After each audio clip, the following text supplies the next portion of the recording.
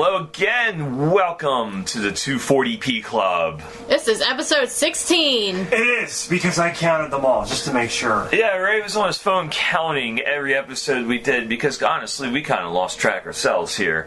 Alright, on this week's edition of the 240p Club, we're going to be talking about a very groundbreaking topic. Or should I say face-busting, or should I say, groin-kicking.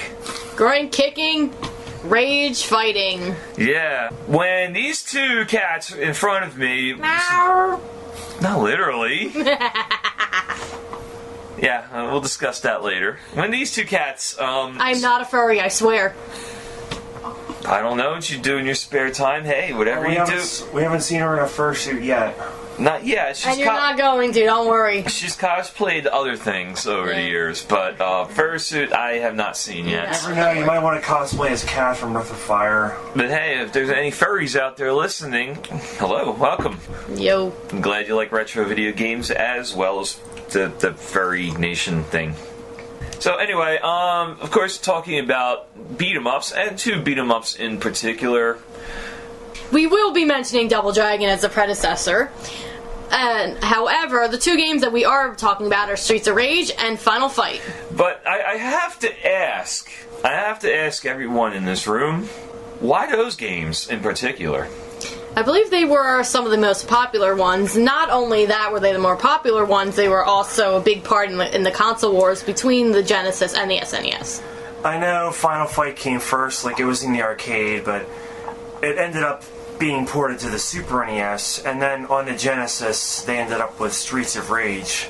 So basically, like, even though Final Fight had other ports on other systems, for the most part, the Super NES had Final Fight, and the Genesis had Streets of Rage. So they were basically, like, competitors. And that was the funny part about that. They weren't even the first beat-em-ups. I mean, if you go all the way back to Kung Fu Master in the arcades, that was considered the first. I'm not sure if there were any program for computers before then, but that came out... Karateka, however you pronounce that? Yeah, that counts, but I think that came out after Kung Fu Master. But, you know, that was the arcade, and then that was a PC, and then, you know, Kung Fu was translated to the NES. I believe he was, if anyone here is familiar with making Mugen games by putting in your own fighting characters into... I made a stage for Mugen once, I believe Kung Fu Master was actually one of the, or the character that they give you when you download the Mugen thing itself as a placeholder. Kung Fu Master was a separate, completely shitty game. Yeah, I'm saying I think they have like the code for the character to be used as a dummy for when you put your own characters in. So anyway, yeah, I mean, the one that, like, broke the genre of beat-em-up was actually Double Dragon. I think that was the most popular one, and for anyone growing up in the Nintendo era, that was probably the first one of those you've played. Although, what constitutes a beat-em-up anyway? I mean, like, you know, Ninja Gaiden is considered a beat-em-up, and yet you use a sword and other weapons in that. And it's a completely different game from Double Dragon, where, you know, Double Dragon you're using your fists, and occasionally you pick up a weapon. You know what it is? Ninja Gaiden, most of those bad guys fell one or two hits, and if you hit them, like, they still keep coming at you. They're like, with Double Dragon, if you hit one, you're temporarily stunning your opponent so you can land a combo, which I think kind of, like, broke the ground for that. But anyway, we're moving on past that to a game that was considered the sequel of Street Fighter at first. They wanted to actually put it with like Ryu and Ken and stuff, and some new characters, of course, but the Capcom, in their wisdom back then, decided against it, released, you know, Final Fight in the arcade in 1989. I believe the original... In fact, the original title for that, I think, was like Street Fighter 89 or something. Street Fighter 89, yeah. Yeah. So somehow we wound up in 1989 with Street Fighter 2010 for the friggin' NES, which is obviously not a fighting game. It's actually not half bad. It wasn't very, that bad. very, very complicated. I believe that's where the idea, concept, prototypes more so came with Guy and Cody, with Ken and Ryu in mind. Yeah. I mean, it was more for Final Fight, like, you know, that was pitched as it was going to be the same game. It was going to be a beat 'em up, but it was pitched as a sequel to Street Fighter, and it wound up never happening that way. They wound up releasing it as Final Fight, which it was a brilliant concept. I mean, basically it's an arcade masher, and some of the opponents were just way too hard to beat on one quarter. So and a quarter eater. Yeah, definitely. I'll talk a little bit more about that later.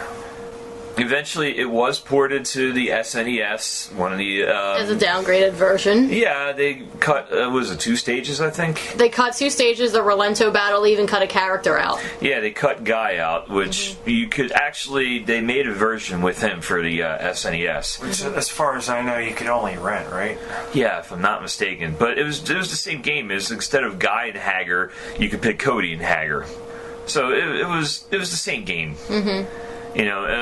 Cody wouldn't see his way into the series until Final Fight 3, which was by that point it was just SNES only titles 2 and 3. And of course, on the other side of the 16-bit wars, you had Streets of Rage. You mean Guy, because I don't think Cody was never in. Cody wasn't in. He was not in 3. He was, quote, on vacation with his girlfriend. Oh. See, I'm more. Getting his protagonist mixed up here.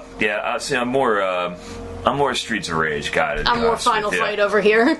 Because, again... You're the lone Final Fight fan. I mean, we're all fans of Final Fight, don't get me wrong. I'm more Final Fight. These two are more Streets of Rage. Yeah, but, I'm still wondering, why are we picking these 2 games above... Like, why are we not talking about Battletoads or Double Dragon and Double Dragon 2? Because those 2 franchises are friends. They kind of teamed up for one game. They did. On every console released at the time. I do have a theory about this, though. The reason why we're discussing, in particular, Final Fight series and the Streets of Rage series is because with Double Dragon, back then, that was released on the Nintendo. Nintendo had competition. I mean, the Sega Master System was out, the Atari 7800 was out, but with the market share they had across the globe, there wasn't any real competition. Actually, Double Dragon actually ended up being released for the Atari 2600, which was...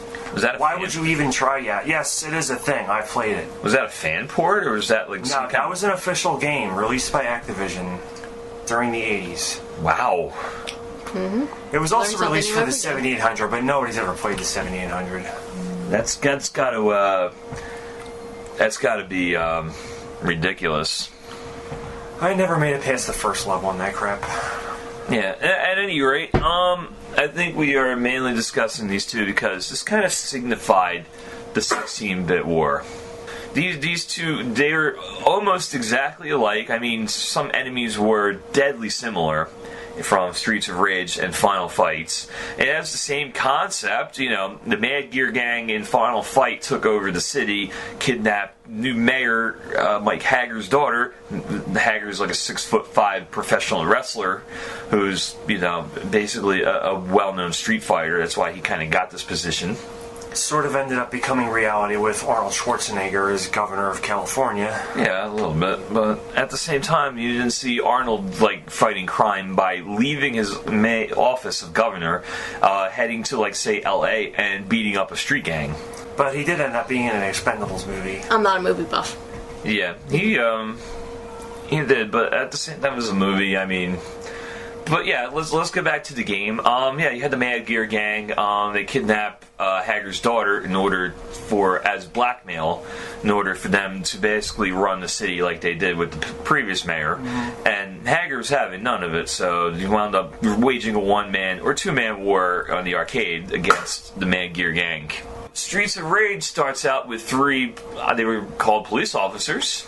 Mm-hmm. Also known as Bare Knuckle in Japan, the Mega Drive. Streets of Rage kind of has a bit more complicated plot, I think, because these characters are all cops. They're trying to disarm bombs and stuff. It gets into some pretty gritty territory, I think. Yeah, well, the first one, they're just basically weeding out corruption. They have this big syndicate crime boss named Mr. X, and, the entire police force is basically corrupt, with the exception of a few of these guys who want to clean up the city. That was basically all there was to the story. So that's why they waged war against that street gang. And if you get far enough in the Streets of Rage with 2-player mode, you find Mr. X eventually, and he offers your characters a choice to join him. Which, if one character joins and one doesn't, you start fighting each other, and it's out of canon because all the characters wind up alive around Streets of Rage 2. Me and my brother, we got to that point. I will admit I actually never finished Streets of Rage 1. That I had got up to Mr. X. Me and my brother were playing 2 players. We decided that we were going to fight each other instead. Oh yeah, I saw that happen. We were down to like our last continues. I had my Genesis hooked up in my basement. All my cousins came over. My brother-in-law was there, and they were all playing. They were all fans of this game. Like they didn't play that many video games, but Streets of Rage is a fan favorite. So they were down there playing. I went upstairs, I think, to grab a soda or something. When I come back down, they're fighting each other, and I'm like, oh man. That was definitely one cool feature that they had. Oh, absolutely. We used to dance to the soundtrack all the time, too. That is one thing I will bring up. The Streets of Rage soundtrack completely dominates the final. Oh, absolutely. I Which don't even is think it's a contest. crazy because Capcom was known for making some of the best video game music at the time. Not necessarily in the 16-bit in some era. of their games, like Breath of Fire. I mean, it's got... For an RPG, I like the Breath of Fire music. I don't think like 30 seconds are going to cut it for one song. Breath of Fire was good. I mean, it has some really good... The battle music. I like the fact that they changed up the battle music. Like, you know, as you advanced through the game, like, the battle theme changed, I think, 3 or 4 times. So, I mean, like, you know, they kept things fresh, but it was... Capcom, I'm going specifically the Mega Man series, Bionic Commando, those games. Mega Man X had some... Street Fighter soundtrack for games was really like great. Fighter. For games like that, if you want to do like shorter loops, that's fine. But when you got like Final Fantasy, Dragon Quest, and other games like that doing these like long, elaborate battle themes, I just don't think 30-second loops are going to cut it for an RPG. With the exception of that dungeon music that was ridiculously grating, Breath of Fire 2 has a really good soundtrack. Like, if you're talking about, like, Capcom RPGs. But, you know, we're getting off topic. I mean, Mega Man X, I think, had some of the best music in any video game in the 16-bit era. You know, some of those tunes are still memorable. And I think the Sigma theme is probably one of my favorites. Like, the first Sigma level, that was probably one of my favorite Mega Man themes ever. But... You know, Final Fight has suffered kind of with some music. I think its most memorable theme is the Bay Area. Like, they kept reusing it for other characters' themes. Like, in Street Fighter Alpha 2, it was Rolento's theme. Oh, yeah. And I think in Namco Cross Capcom, it was Guy's theme. Yeah, they've reused some of these. Some of the themes were good. I mean, but overall, Streets of Rage and Streets of Rage 2 were some of the best Genesis musics of all time. Now, keep in mind also the Genesis had a weaker sound chip than the SNES. The SNES, or the Super Famicom, or, you know, their sound chip was made by Sony, and it was basically the top of the line in 16-bit gaming at the time. That depends on what game you're talking about, because the Super NES, as powerful as it was, it had some pretty like atrocious soundtracks. Well, that's no fault of the sound chip. I mean, like, you know, it's like you gives a band like $50, $400 guitar, and they're still cranking out shit music. It's, you know, it's basically the same thing. Like, you know, you give a soundtrack composer like all these tools to compose like an awesome soundtrack for the SNES, and he fails miserably. I think I remember in particular a lot of games having this like weird reverb effect because they didn't know what to do with every sound channel, so they just doubled the sound channels and threw in an echo effect. Like you know, in stereo, I guess. Yeah, I could kind of see that. There's also the case of some games that were ported to both systems. The soundtrack would actually sound better on one system. Like, I'm thinking Lost Vikings in particular. The soundtrack was much better in the Genesis version, I feel. But the Genesis version also had a lot, like, over the Super NES version. Like, no awkward transitions, more levels, and so forth. Well, what game did Lost Vikings you're talking about? Yes. See, I never played it. I know if you guys want to dig up, that was It's. I believe Blizzard Entertainment's first or second game. It was a Blizzard game. It was actually a very interesting game, very fun. You should try it out. Yeah, that was one of Blizzard's first or second games. Like they made this other game, Blackthorn, was pretty good. This was back when they were teamed up with Interplay, so you know everything they put out really was gold for years. But anyway, back to Final Fight and everything. Talking about, we're getting off topic, talking about music and stuff. But the soundtrack over Streets of Rage was fantastic. Some of the best 16-bit music, and I think like if we're gonna go by category to category, we have a winner right there. Streets of Rage and the music and sound effects. Plus the sound effects, they had digitalized voices. I mean, like basically this is like when you hit someone, and like the death cry, like when someone dies, you're But Final Fight had that too. Like some guys go down and they groan. It was like weird sounding on the Genesis because of its limited sound chip. You had like a kind of like these low quality voice samples. Yeah, well, you had that with the Nintendo too. I mean, they had to like really reduce it in order to fit it into the game because they only had so many like megabytes to work with.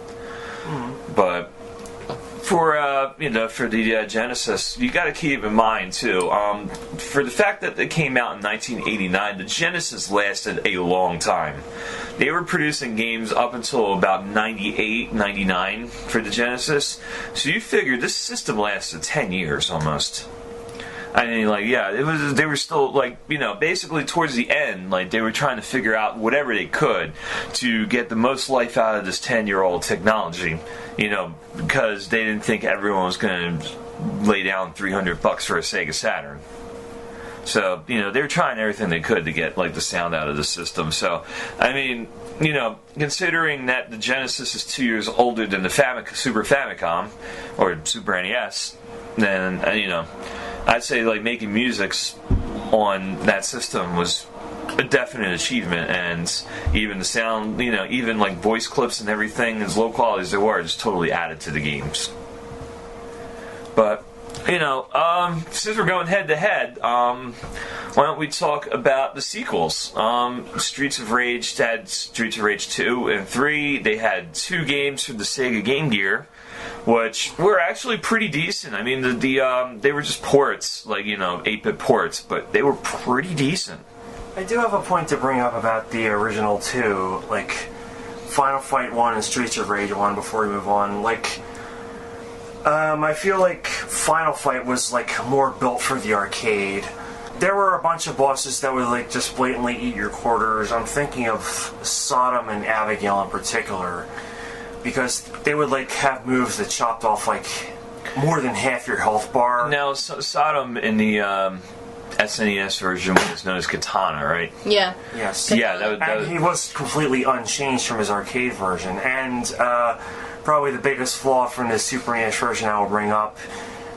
If you have to use a continue, you start from the very beginning of the level. Whereas in the arcade version, if you put in a quarter, you're hopping out right there. Yes. And everyone falls down to give you just a little advantage. Yeah, they did that in Streets of Rage. It's I think Streets of Rage Rage was a little more constructed for console gamers, I think, because it didn't have an arcade. You got to keep in mind, Streets of Rage as well was a response to the Capcom arcade game more than it was the SNES port. Because Capcom was just trying to get this out for the system in order to sell the Super Nintendos. Because this was an early SNES game. Sega was going head-to-head at that point with the Super Nintendo, and basically a lot of their games were arcade ports, and around Streets of Rage came out I think in 90, 91, around that time.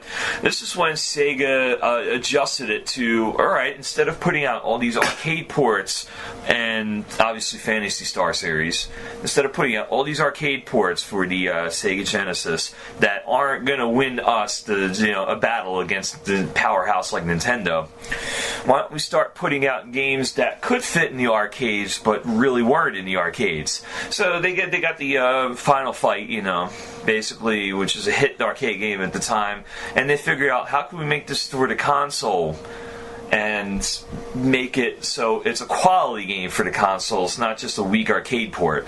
Like I'm thinking of Ninja Turtles 2, you know, it was a great game for NES, but compared to the arcade, it was shit. Because, you know, the arcade game was like legendary. I do feel like it was, even Ninja Turtles 2, the arcade game was a little bit more suited to a console format than the arcade version was, because you kind of had maybe a little bit more predictable patterns to the bosses, and well, they had to, because they had only so much space in this cartridge, and plus they knew they could get away with scaling it down, and it was still going to sell because Turtle Mania was still at like its peak at the time. Still a good game in its own right. It was good. I mean, I could still play the console version, but the arcade version was the tops. That was like, you know, awesome. That's why this genre worked so well. I mean, like, it was basically, it's sort of the quarter, you fought against like all these baddies, and it wasn't like cheap to the point where you felt like you wasted your quarter. Like, you got, you know, if you knew what you were doing, you got... There were still certain encounters where it felt like you were eating your quarter. Exactly. I'm going to get to that. The Bebop and Rocksteady fight, like when they both team up on you later on. I mean, the genre in general, like most well-done games in the genre, like you didn't feel like you lost your quarter because, like, you know, you made a wrong move. Like, you know, the first stages were usually pretty easy. You got through them like pretty easy, but then they had these certain parts where they were not difficult, where you were just going to slam your head against the arcade console, but difficult enough where you were going to spend, at least if you're going by quarters, you're going to spend at least $1.25, $1.50 to pass. Which, you know, or maybe less depending on how your arcade system had it set up, because sometimes a quarter bought you like 2 lives, 3 lives, you know. Especially, like, you know, areas with like a lot of children, you know, they would tone the difficulty down just a bit so people wouldn't lose their minds and be like, no, stay away from that. Like, that's a hard machine, you know, etc. Go to a different machine. But, you know, they had the hardware limitations of the NES, so they had to scale some of this stuff down. Super NES and Genesis, same thing, but that's why Streets of Rage worked, because they weren't scaling anything down. They were designing this from the ground up. Basically, they took Final Fight, they were like, okay, what's going to work on a console, a game just like this? So, you know, you could say it was a copycat, but in reality, Sega had 2 years of, you know, this arcade being out in order to figure out a way to port it. Also, keep in mind, Sega had a working relationship with Capcom at the time. Like, Capcom did not release any Genesis titles until Street Fighter 2 Special Champion Edition came out for the Genesis. Before that, Forgotten Worlds, which is an awesome shooter, and Strider were both ported directly by Sega. And as I mentioned, Final Fight did actually end up on the Sega CD. Yeah, it did. It had a port on the Sega CD eventually, but that's like down the line. You know, that was when the console wars were well underway.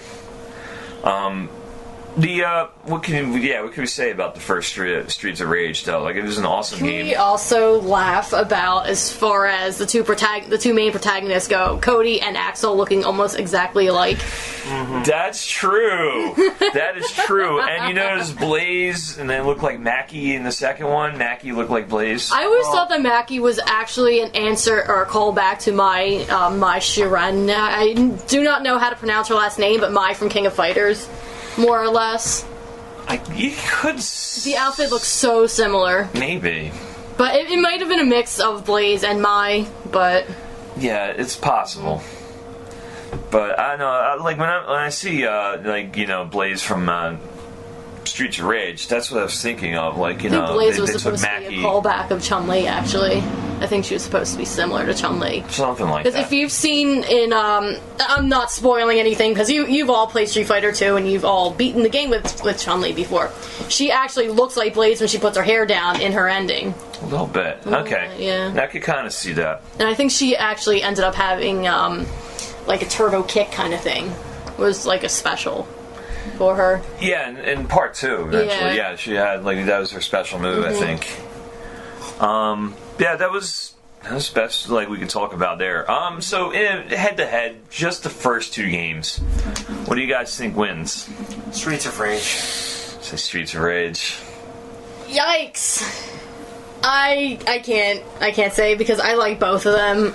I've always been a Final Fight girl, but I mean there is a lot of things that Streets of Rage does so much better than Final Fight. So yeah, yeah. I mean for me it's a tie, honestly. But I mean if it's 2-1 here, yeah, we're going with Streets of Rage. Well, also for their many sequels, you know, you had Streets of Rage 2, Streets of Rage 3, you had 2 Game Boy ports. For the record, I think Streets of Rage 2 is the best of the trilogy. We'll get to that in a second. 2 is good. 3 was pretty good too. I mean, 3 had a goofy story. Let's talk about 3 for a second because it was released in Japan. Apparently, the American branch of Sega or whoever thought the game was too easy, so when they released it here as Streets of Rage 3, they cranked up the difficulty. Like, what was the hard difficulty in Japan was now the easy difficulty in America. And I guess what was extreme in Japan was now hard difficulty in America. And the extreme difficulty was completely insane. Like, the enemies move at double speed and everything. The hard difficulty was at least manageable. But now, the hard difficulty was the completely unmanageable one in America. Like, the game was way too difficult, and to make matters worse, the manageable difficulty, which was now easy, if you played on that, you could only go past, like, a certain level, and then the game would tell you to play on a harder difficulty, so... Double Dragon used to do that. Except this time, they didn't, like, keep the difficulty levels the same, so a lot of people felt insulted by that. There's actually a fan translation for the Japanese version of Streets of Rage 3 now, just because of that crap. And also they did dumb down the plot. That's another reason, but... Yeah, something with robotics, and basically, not to spoil it, the head boss was basically at 3 reduced to a brain with a mechanized robot, like, body. So it was a goofy plot, but you know, the Sega was doing a lot of goofy shit back then, like around like the 94, 95. You know, but and there was also something else they edited out, like this like really flamboyant, dressed in leather character named Ash, who in the Japanese version appears in like the first level. Obviously, that wouldn't sit well with American audiences, so they just like edited him out and replaced him with like 3 like really tough mooks or something. Oh, well, apparently Ash is a playable character in that same game too, or a later game at least. I know they had the kangaroo, but is that 2 I'm thinking of? The kangaroo. It's probably 2. I don't remember a kangaroo being I think there's a way you can unlock the kangaroo, and the kangaroo has all the special moves on himself, and it's appropriately named Roo. Yeah. I mean, yeah. Yeah. But yeah, no, there was like towards Streets of Rage 2 had I think one of the best soundtracks in Sega history. Absolutely. Like they designed it with like techno music basically. So they the first game too. Yeah, but yeah, they had almost the same budget that the Sonic series had at this point as far as their music goes. Gameplay, not so much, but it didn't really take as much of a budget to create something like that. But I remember Streets of Rage 2 was a hit for Sega. I mean, they sold a lot of systems with Streets of Rage 2. It's also the only one in the series I've actually beaten, keep in mind. It was easier. It was easier than 1. 1 had some really ridiculously hard bosses. We'll get to that as far as head-to-head. As far as sequels, though, Final Fight 2 I haven't had too much experience with because that was just like a minor hit for Capcom. Because at the thing with Capcom was their main titles at the time were Street Fighter 2 and the Mega Man series. Like, they were making so much money off the Street Fighter series, selling consoles off the Street Fighter series, and Mega Man X, and... Final Fight 2 came out. It was just like in a sea of Capcom games. That was included with... there was another lost classic around that time called Knights of the Round, which is probably my favorite of the beat-em-up genres. But it had nothing to do with Final Fight, except it was on a similar engine. It also had a Captain America game. It was Captain America and the Avengers. It was like similar to the X-Men arcade game, and it sucked. But... Final Fight 2 had it seemed like a more streamlined fight system, and was long missing from the original Final Fight a 2-player mode. It was always something, 2-player was always kind of something you would want to do with your friends and everything, but, you know, some games... Yeah, especially with Final Fight, he had to basically alternate the controller. I think that's kind of like one of the reasons why Bad Dudes wasn't like translated too well for the NES. The arcade version, you could be 2 players and it was awesome, and you know, the NES version it was like toned down and not so awesome. It also added its first female characters. Oh yeah, the Streets of Rage had Blaze. The Final Fight's answer to that for Final Fight 2 was Maki. Yeah. Or Maki. Maki, whatever you feel like calling her. Yeah, she's supposed to be like a ninja or something. Yeah, I think it was Guy's, quote, sister-in-law. Because But- they weren't married yet. Oh, yeah. Never got married.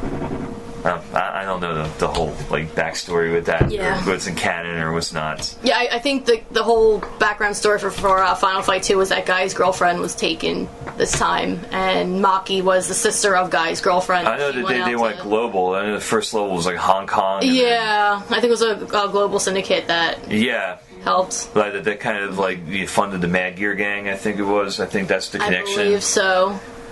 Something like that. I haven't played Final Fight 2 in a long time. I remember I was playing them all just to. as a refresher. Yeah, as a refresher. I do so remember I Carlos, wasn't. though. He was cool.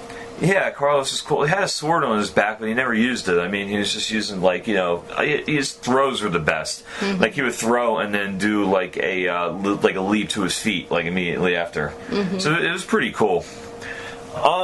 Also connected to the series, Capcom made a wrestling game called Saturday Night Slam Masters. Hager was in it. A couple other characters. Someone supposedly related to Guile, I think, yeah. like his brother or whatever. Not Charlie Nash. No, not him. No, I mean, I think his name is Gunlock or something. It's a different character. Yeah, The game is kind of like stupid, but I mean, it was Capcom's excuse to, oh, Hager's a wrestler. Why don't we put him into a wrestling game, Hager wouldn't be seen in another video game until Marvel vs. Capcom 3. Yeah. So it took him a really long So time. it took a while for him to come back out of the shadows there. He was a really popular character too, wasn't he? Yeah, Well, the main... As weird as it sounds, because Cody was actually only in one Final Fight, he is most generally seen as the face of the Final Fight franchise. because you're thinking of Streets of Rage and what's his name? Axel. Axel. Yeah. Because they look just alike, so he might have been in one, and he appears like in the other games, just like as a. Really, the only thing that NPC. separates Axel and Cody is a wife beater.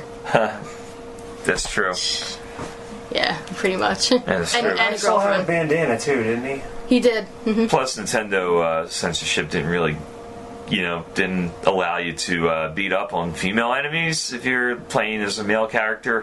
Whereas Streets of Rage, some of those, in particular, the bosses on level 5 were ridiculously hard. We're not getting into the... Of course, since Final Fight already had a female enemy in the arcade, that made things a little awkward when they ported it to the Super NES. Yeah, we're not getting into the whole Poison and Roxy Controversy. Controversy, thank you. Controversy. We're not getting into that controversy. Yeah. Yeah. Okay. Well, and then Final Fight 2 kind of came and went. Honestly, everyone remembers Streets of Rage, but not a lot of people remember Final Fight 2 as much. And we had Final Fight 3, which I can't recall anyone really remembering. I had to basically look up that there was a third chapter and then start playing this in order to basically prep myself for this. Whereas Streets of Rage 3, I've played, I've definitely played Streets of Rage 3. So, that busted out Final Fight 3. The first thing I noticed is it's a lot faster, and apparently the super meters from Super Street Fighter 2, when that came out, they made its way to this version of Final Fight. I guess you could do combos and stuff. I didn't get too far into the game, but it seemed like it was a lot faster moving, and it was fun. Streets of Rage 3, I think, has this round too, just because Sega put some more money and some more advertising into it. And these games have also been hacked to death. They've added a whole bunch of weird characters in it. They've added Sonic to it. They've added Bubsy to it. It's just been crazy. Yeah, well, the games like this lend naturally to the fan hacking community and basically homebrew community, because a lot of like designers, you know, it takes a lot of tweaking in order to make a beat 'em up balanced, but it doesn't take a lot of tweaking as say like an RPG or a strategy game, especially. You know, like you can do some minor tweaking onto a beat 'em up, and you know, basically you can make this into basically anything you want. That's why most of the Ninja Turtles games were beat 'em ups. That's why the Simpsons' first venture into the video gaming world was an arcade beat 'em up.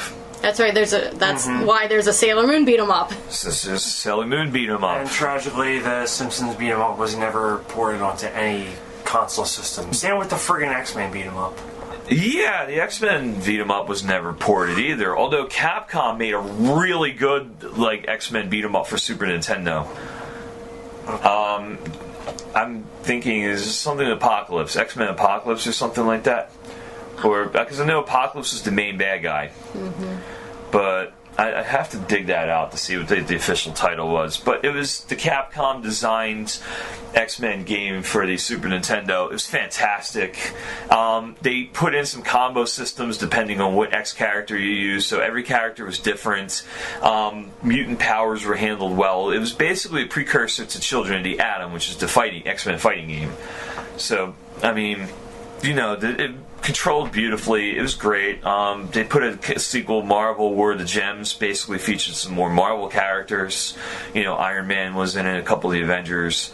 And, you know, all these titles were fantastic. The unfortunate thing with War of the Gems was it came out late in the SNES's life. Everyone was focused on the newer consoles at the time. And the beat 'em up genre kind of went 3D, just like everything around the time.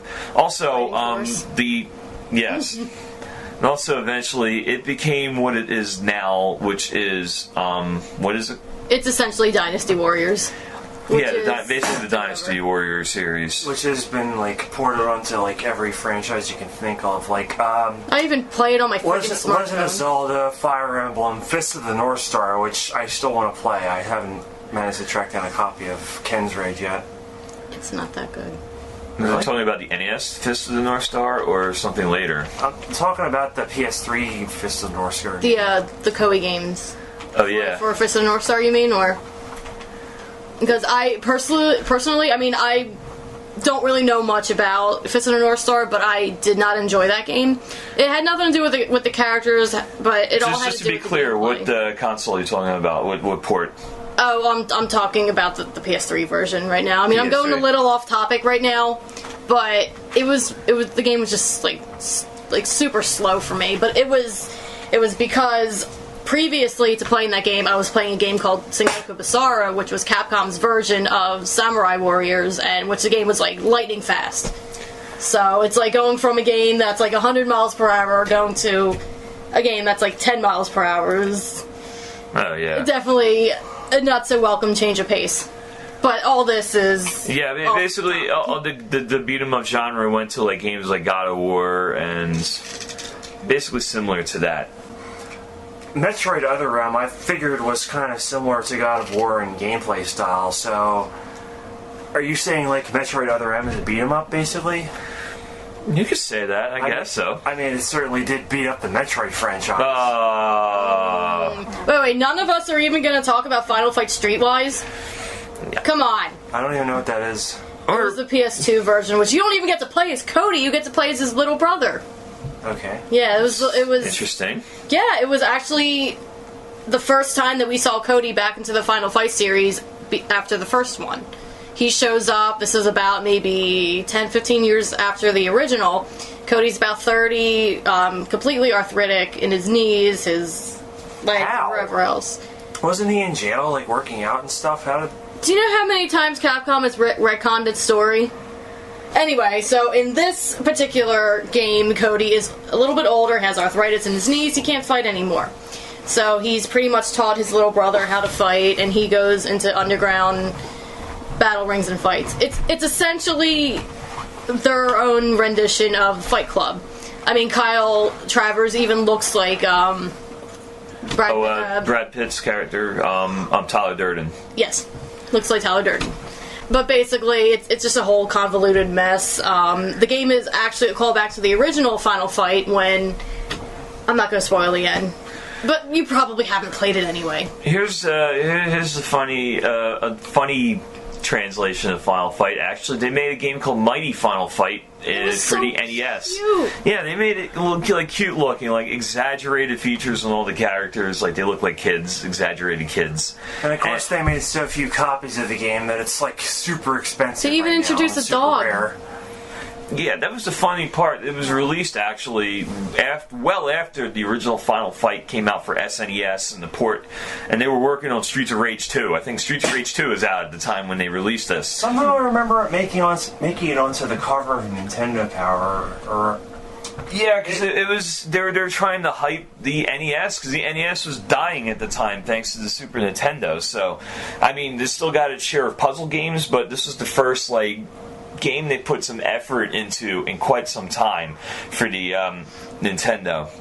And obviously it didn't do so well because all the kids kind of traded in their Nintendos for a Super Nintendo or Sega Genesis at that point, which is why the NES is so popular these days, because that this whole nostalgia factor, like, I don't believe I sold the system, I gotta track it down and play some of these games again, etc., etc. But that's because the system broke down so easily. If you do keep it, and I don't know, they don't know how to fix it, they can't bother finding a repairman, and they just want to grab a new one and start playing again. Yeah. Or if they were like me and didn't grow up in the NES era. Or if they're lazy and they just want to grab a Retron so they can play it on their big TVs, which I'm not really a fan of, but hey. I like playing Nintendo on a big TV. Of course, you need a scaler, like a downscaler or something or upscaler, whatever. Upscaler to appreciate NES in its true glory, but... that's a topic for a different time. Mighty Final Fight did come out. Mighty Final Fight was a pretty fun game. It was so cute. If you could find a copy. Or you played it through other means. Wasn't it also it was like ported to either the PSP or the Game Boy? I'm not sure. I'm not sure if that was ever ported. I know River City Ransom got ported. Yeah. To the Game Boy Advance. Yeah. Yeah, I'm almost sure Mighty Final Fight was on one of those handheld consoles. You know what? It was the Game Boy Advance. That's it, Game Boy they Advance. put out a NES remix cartridge, which it basically was nothing. It was just, it wasn't even remastered. It was just, it had Strider, Mighty Final Fight, and Bionic Commando on it. I have a copy of this. So you do have Mighty Final Fight? Yes. If I recall correctly, the Game Boy Advance also had this game called Final Fight 1, which was a more faithful port of the arcade version than the Super NES version was. None of my copy. Somewhere along the line, they also ported Final Fight 1 again with Cody in the Street Fighter Alpha outfit, I think it was. They also ported for the PS3 and for Xbox, I think 360.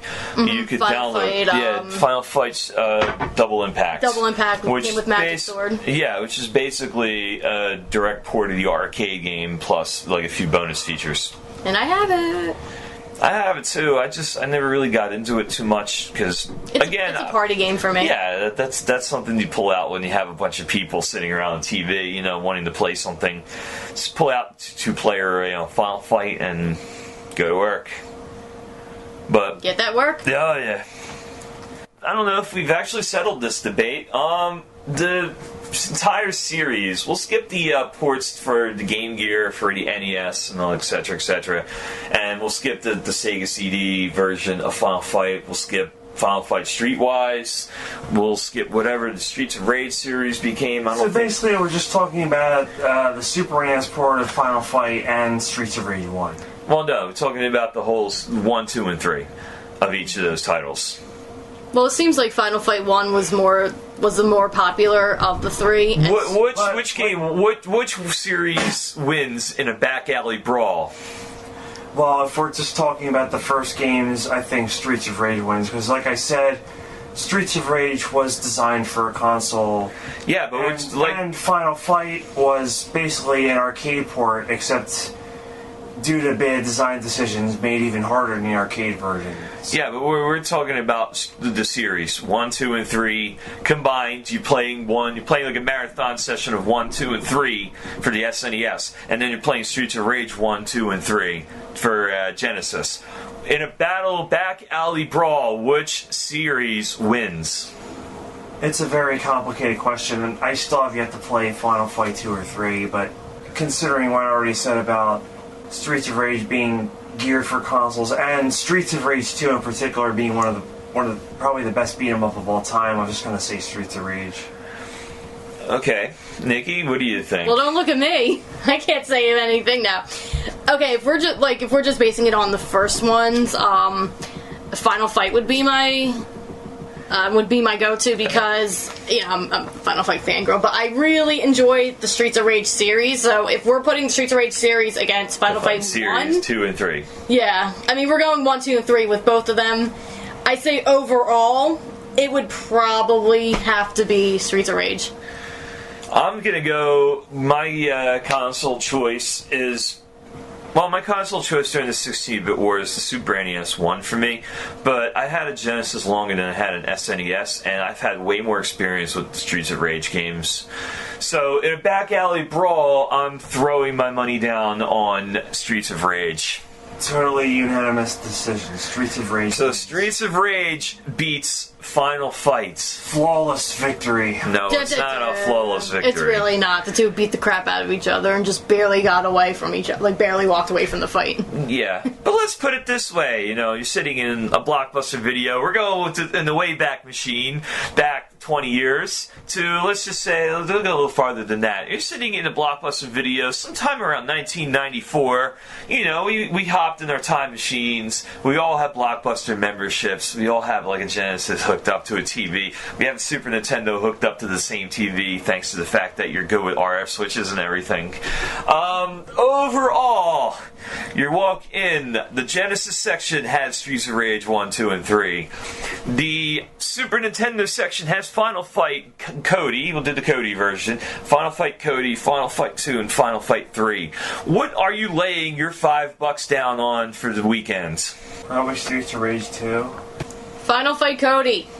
I like anything that I see with Cody in it. He's one of my favorite characters. So. Strictly for the nostalgia factor, I think I'm going to lay my money down on the original Streets of Rage. Although Streets of Rage 2 was a far superior game. I could sit down and play both of those games today. Like, I've done it this week, preparing. Like, it was a chore, like, playing through Final Fight again. I'm like, I was never a huge fan, but I was a fan. But I was sitting down on my lunch break and playing through, I'm not going to discuss, on my lunch break, playing through Streets of Rage and enjoying the crap out of it to the point where my lunch break went by like nothing. So, that's my winner there. I can say that when I was taking a bus to Atlantic City, the casino bus, it was really nice and quiet because I was playing Streets of Rage 1, and from when we left the terminal till when we actually pulled into the terminal in Atlantic City. So that was like, what, an hour and a half drive, maybe? Yeah, about, depending on traffic. And we did get stuck in traffic, so that gave me a little more time to actually... So we'll say an hour 45. Yeah, so it gave me enough time to actually get some good timing into the Streets of Rage 1, and I had a very good time. There we go. So, that wins that round. So overall, it looks like the Streets of Rage series has knocked out the Final Fight series in the back alley brawl. Mm-hmm. Alright, why don't we expand the field a bit? Beat 'em ups in general. Where would we rank Streets of Rage and Final Fight in the entire, like, beat 'em up to 16-bit era? In its entirety. Does it beat Double Dragon? Does it beat Battletoads? Does it beat Maximum Carnage? Maximum Carnage is one. Which was a very cool game. Does it beat the X-Men arcade game? Does it beat Turtles in Time? Does it beat Sailor Moon? When you think about Double Dragon and Battletoads, they kind of deviated a bit. I mean, Double Dragon had these, like, weird side-scrolling stages where you would, like, basically go through obstacle courses and stuff. And Battletoads, so much completely different. You had, like, beat 'em up stages. You had, like, side-scroller stages. You had like these friggin'... You had the motorbike stage. You had the Turbo Tunnel, and you had Volkmeyer's Inferno, which are basically... You have to memorize the pattern of these like obstacles that come in your way. After you do that, you basically master the level. So, granted, we have all these choices in the beat-em-up genre. Back at that same Blockbuster, 1995, in the Wayback Machine, we're going to play a beat-em-up game. Which game is it going to be in any franchise? What game are you going to go to to beat 'em up? Streets of Rage 2, still. Still Streets of Rage 2, man. I think I'm actually going to deviate from both and choose Maximum Carnage. Maximum Carnage was a good game. That was really cool. It was a cool game. It was hard, and the difficulty level wasn't impossible, though. It was a good game. Green Jelly was the soundtrack, too. I know. Yeah, the Green Jelly made the soundtrack to that, while Guar was making... Green Jello, and they basically also covered Mob Rules for the boss theme, I think. Oh, yeah, they did. Mm-hmm. But yeah, no, Green Jello did the theme for Maximum Carnage, while Guar was doing the theme for the Beavis and Butthead game. Both games, actually, because the Super Nintendo and the Sega Genesis versions were completely different. It's still much worth it to play the Sega Genesis version, and it required brain power, which is extremely weird talking about Beavis and Butthead. But, that's for a topic for a different time. If I'm in the Blockbuster store, I can pick out any beat-em-up I want to play, I want to sit down and play. I think I'm going to go with Ray's choice. I think I'm going to pick Streets of Rage 2. Fanboys. Yeah, no, I'm just a really big fan of that. Yeah. Love you guys. It's just a really well-balanced game, okay? It was. And It was great. It's great playthrough. Mm-hmm. Yeah, great soundtrack. Great, like, design of the enemies, great everything. So at the end of it, go get a Genesis or, Genesis. Go get a Genesis. And play Streets of Rage if you haven't done it already. Track them down on eBay if you can, or, compare prices. Obviously, you don't want to get ripped off. Doesn't Sega already have a system out, like the... I believe so. Oh, yeah, it's licensed. But, yeah, and it actually does... The NES Classic. Yes, it was licensed. It wasn't Sega that put it out. It was someone else. But they do have, I think, Streets of Rage 1, 2, and 3 on there. The original Sega hasn't been around since... I believe the Genesis collection. The Sega company's still around. The Sega, they just reconfigured. They ditched their, hardware developing, It's basically all software now. And then, this company named Sammy bought them, I think... American Sammy? I think so. I believe sure you can still find Streets of Rage on the Sonic Genesis collection for the PS3 and the Xbox. Yeah, you can as well. You can find Streets of Rage for that. I think it was the second one that was on it. They also put out a Genesis cart later on in the Genesis era. I think it was around the time the Nomad came out, or if I'm thinking actually a little farther before, the CDX, I think it was called, which is basically a portable Genesis/Sega CD in one system. But they put out this cartridge of 6 games, and one of them, of course, was Streets of Rage. It was a good cart to find. Streets of Rage, Golden Axe, Columns, I think, was on it. I'm not sure if the original Sonic was on it. But, yeah, it had all these games on it, basically, and it was, they were all on one cart. It was awesome. Anyway, thanks for tuning in to our first ever Back Alley Brawl for Final Fight versus Streets of Rage. We will be covering more games to go head-to-head. If you want to hear, you have any suggestions, contact us, 240pclub.com or facebook.com/240pclub. Let us know what you want us to cover. Call us, of course, Twitter as well, Twitter at 240pclub. We also have a Twitch where we will be playing some of these games. Definitely doing a Streets of Rage playthrough and a Final Fight 2 playthrough, because we can do a 2-player. Absolutely. Probably squeeze in a few other games as well. If you guys checked us out last week, we did a live podcast, actually, recorded at Winterfest at Penn's Landing here in Philadelphia. That was a lot of fun. I wish our cameras didn't melt down during the recording, but that's going to happen. We're going to invest in some better cameras eventually and do this again, but Maybe it was just my face that broke it. Yeah, you broke 2 cameras, Nikki. Not even 1, but 2. Yes! My second camera gave up. I'm pretty sure it was me. Don't Great. you take my glory. Or Why would you infamy. take glory for that? Yeah, it's, the word you're looking for is infamy. It's the same thing. It's not. Eee. Wow. Yeah, so like we were saying at the beginning, Nikki is not a cat. You weren't a furry. Nikki is not a furry. She will definitely be cosplaying as Cat at the next Madfest, though, so keep an eye out. Yeah. You can't tell me who to cosplay. Speaking of fests, what's coming up next? I believe the Too Many Games Fest is coming around here. Yeah, that's coming up in June, and it's local, so we have no excuse not to show up at that. So Yeah, expect to see me at the very least there. Yeah, for us, I'm probably going to try to make an appearance at that because that's an easy travel over.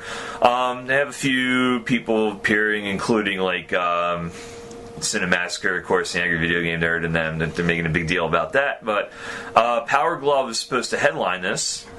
It's a metal band that covers a lot of like either themes, like theme songs from video games, and theme songs from cartoons as well. So they have bands now? Yeah, apparently Power Glove, and there's a few other ones. I think 1 or 2. Wonder whatever happened to Horse the band. They were like this one video game sort of band. They were like a hardcore punk, hardcore metal band that used like 8-bit samples, and they have a song about Cutman that's probably like one of their most famous. I saw them open for Dragon Force once. Yeah, they're interesting.